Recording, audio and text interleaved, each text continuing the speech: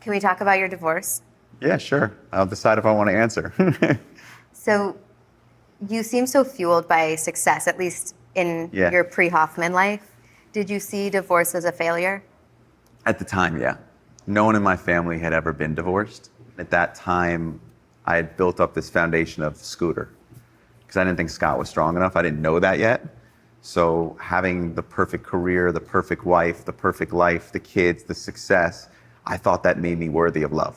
It wasn't until our marriage came apart and I couldn't fix it. I felt like a failure because I didn't have a foundation, but it was the greatest thing that ever happened to me. Because the ups and downs of artist life, the Taylor stuff, none of that actually affected me. Losing my marriage affected me. The idea of not being with my kids 50% of the time deeply affected me. So much so that October 2020, when I didn't really even understand what was going on, I had a suicidal thought at the height of my career for 20 minutes. Wow. Because my marriage was falling apart. No one really knew. I knew. I couldn't understand why. And I was like, man, if I can't be the father to them and, this life, I felt like I didn't want to be there.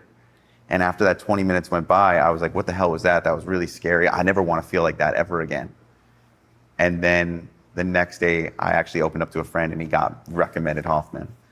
And I went 2 weeks later, but I just decided you've done it this way for so long and look what it got you. This deep depression. Now you got to choose something else. Here I am 6 years later, before never divorced. No one ever said anything negative about me in the press. There was everything online was very beautiful. Yeah. There's nothing negative. 6 years later, I'm divorced. People talk shit about me constantly, and I couldn't be happier. I wouldn't trade it in a million years. The relationship I have with my children, the relationship I have with my friends.